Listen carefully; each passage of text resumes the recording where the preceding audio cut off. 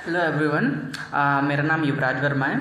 आज की इस वीडियो में मैं आप सभी को जीएफजी का एक क्वेश्चन कराऊंगा।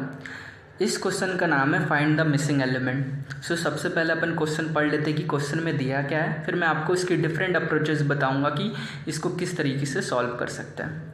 Given an array of size n-1 such that it only contains distinct integers in the range of 1 to n, find the missing element। ये अपन को क्वेश्चन दिया गया। इसका कहने का मतलब क्या है? Given an array of size n-1, अपन को एक एरे दिया गया होगा जिसकी साइज होगी n-1।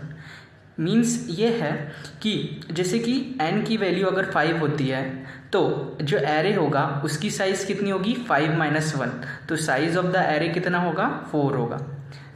अब आगे अपन को क्या बोला है, such that it contains distinct integers in the range of 1 to n।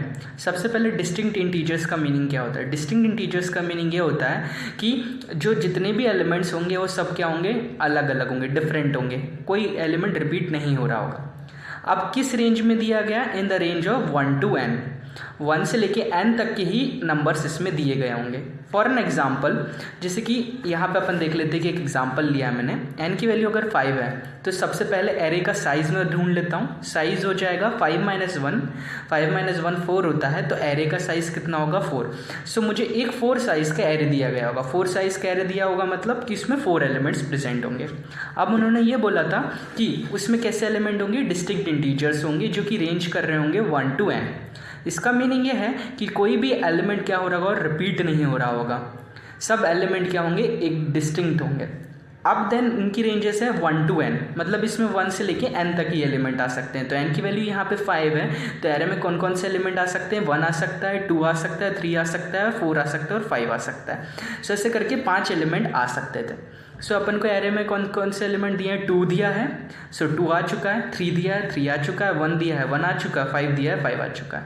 अपन को इसमें ये फाइंड करना था कि ऐसा कौन सा एलिमेंट है जो कि मिसिंग है।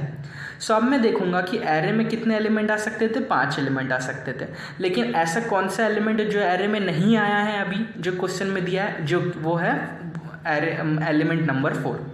जो ये इंटीजर 4 है ये एरे में नहीं आया। तो मुझे यही फाइंड आउट करना है कि अगर मेरे को एक एरे दिया गया है जो कि रेंज कर रहा हो 1 से लेके n तक, तो उसमें जो मिसिंग एलिमेंट है वो मेरे को फाइंड आउट करना है। इस क्वेश्चन में अपन को ये सॉल्व करना है कि मैं कौन सा एलिमेंट मिसिंग है वो बताना है 1 से लेके n तक में। तो यहाँ पे मैं देख लूँगा मेरे पास 1 है, 2 है, 3 है, लेकिन 4 एलिमेंट, फोर्थ नंबर 4 नहीं है, 5 है। तो मेरा आंसर क्या हो जाएगा? 4 हो जाएगा। इस क्वेश्चन को मैं आपको 3 अप्रोचेस के थ्रू बताऊँगा। सबसे पहली अप्रोच होगी यूजिंग सिंपल लॉजिक, जिसमें मैं सम ऑफ n डिजिट्स का फॉर्मूला यूज़ करूँगा। फिर देन होगी यूजिंग सॉर्टिंग और यूजिंग XOR ऑपरेटर। आपको इस तीनों लॉजिक में अलग अलग वीडियो में एक्सप्लेन करूँगा। सबसे पहले इस टॉपिक पे चलते हैं कि इसके थ्रू मैं कैसे अपना आंसर सॉल्व कर सकता हूँ। इसके थ्रू मैं यूजिंग सिंपल लॉजिक के थ्रू कैसे सॉल्व कर सकता हूँ। मैं आपको सम ऑफ n डिजिट्स का फॉर्मूला बताना चाहता हूँ। सम ऑफ n डिजिट्स का फॉर्मूला होता है n multiply by n+1 divide by 2। अभी सम ऑफ n डिजिट्स का मीनिंग क्या है?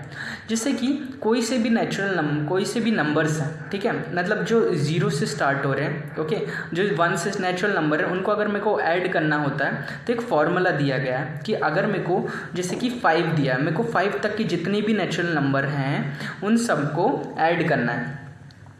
तो मैं क्या करता हूँ, जैसे कि 5 है तो 5 तक के जितने भी नंबर्स हैं 1 से लेके 5 तक के, उनको ऐड करने का कैसे ऐड करूँगा? 1 करूँगा, फिर 2 को ऐड करूँगा, 3 को ऐड करूँगा, 4 को ऐड करूँगा, 5 को ऐड करूँगा। 1 + 2 कितना हो गया? 3, 3 + 3 6, 6 + 4 10, 10 + 5 15। मेरा आंसर क्या आ गया? 15 आ गया। ये तो अभी 1 से लेके 5 तक था तो मैंने ईजिली कर दिया, लेकिन अगर ये और बड़ा होता तो इसमें मेरे को और ज़्यादा टाइम लगता।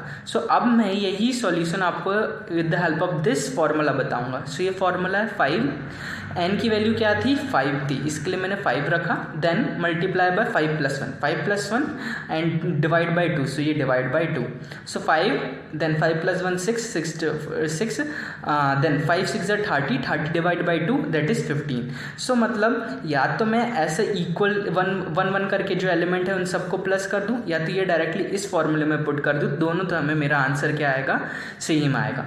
अब यहाँ पे समझ ली n की वैल्यू आपकी 50 होती। क्या आप इतना बड़ा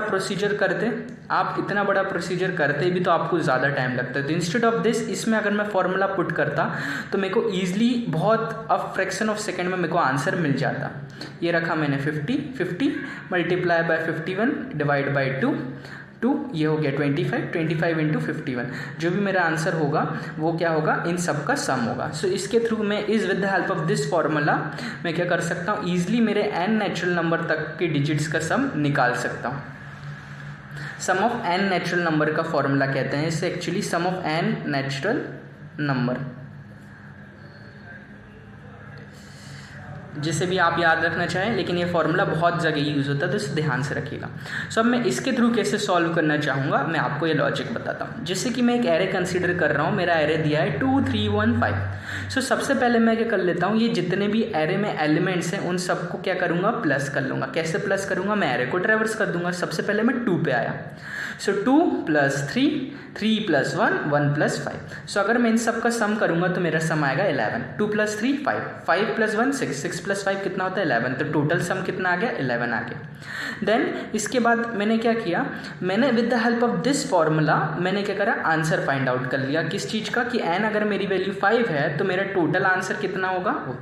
सो मेरे को यहाँ पे n की वैल्यू कितनी दी होगी, 5 दी होगी। 5 क्यों दी होगी, अगर वो 5 नहीं देता तो मेरा एरे का साइज़ 4 कैसे आता, क्योंकि एरे ऑफ द साइज़ किस पे डिपेंड करता है, n - 1 पे। तो 5 - 1 मतलब 4, तो मतलब n की वैल्यू मेरे को 5 दी गई होगी। तो सबसे पहले मैंने 5 को पुट करके मैंने आंसर निकाला, तो जिस लास्ट स्टेप में मैंने 5 को पुट करके आंसर निकाला तो मेरा आंसर आया था 15। सो मैंने इसको एक सम में स्टोर करा दिया, जो कि कर दिया टोटल इक्वल्स टू 15। देन मैंने क्या करा, जो टोटल है उसमें से मैं क्या करूँगा, ये माइनस कर दूंगा जो कि सम आया था। टोटल माइनस सम कर दूंगा तो 15 - 11 क्या हो जाएगा, 4 हो जाएगा।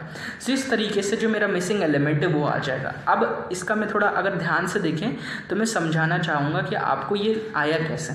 देखिए अपने पास कौन कौन से एलिमेंट ले सकता था, 1 ले सकता था, 2 ले सकता था, 3 ले सकता था, 4 ले सकता था और 5 ले सकता था।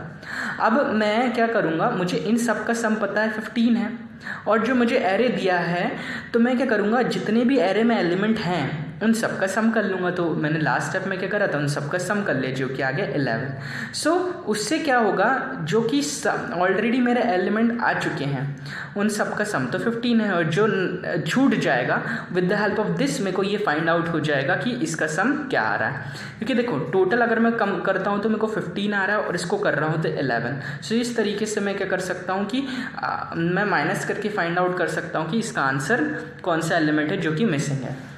सब मैं इसको आपको लिख के बताता हूँ कि मैं कोड कैसे लिखूँगा। सो मैं लिखूँगा इंट, इसका नाम देता हूँ मिसिंग नंबर्स,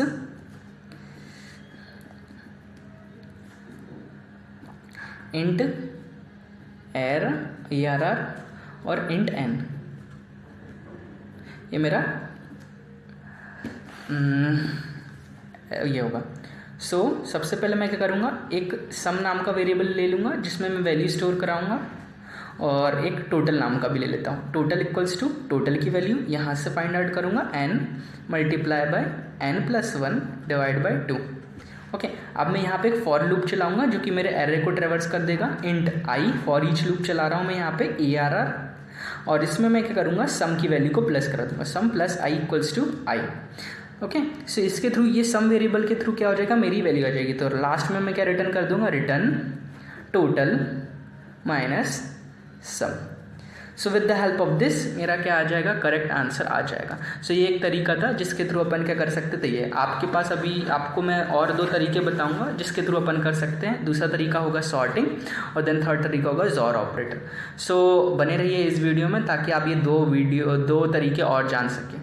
अगर आपको वीडियो पसंद आया होगा तो प्लीज़ इसे लाइक शेयर करिएगा, एंड चैनल को सब्सक्राइब ज़रूर करिएगा। Till then take care, bye bye.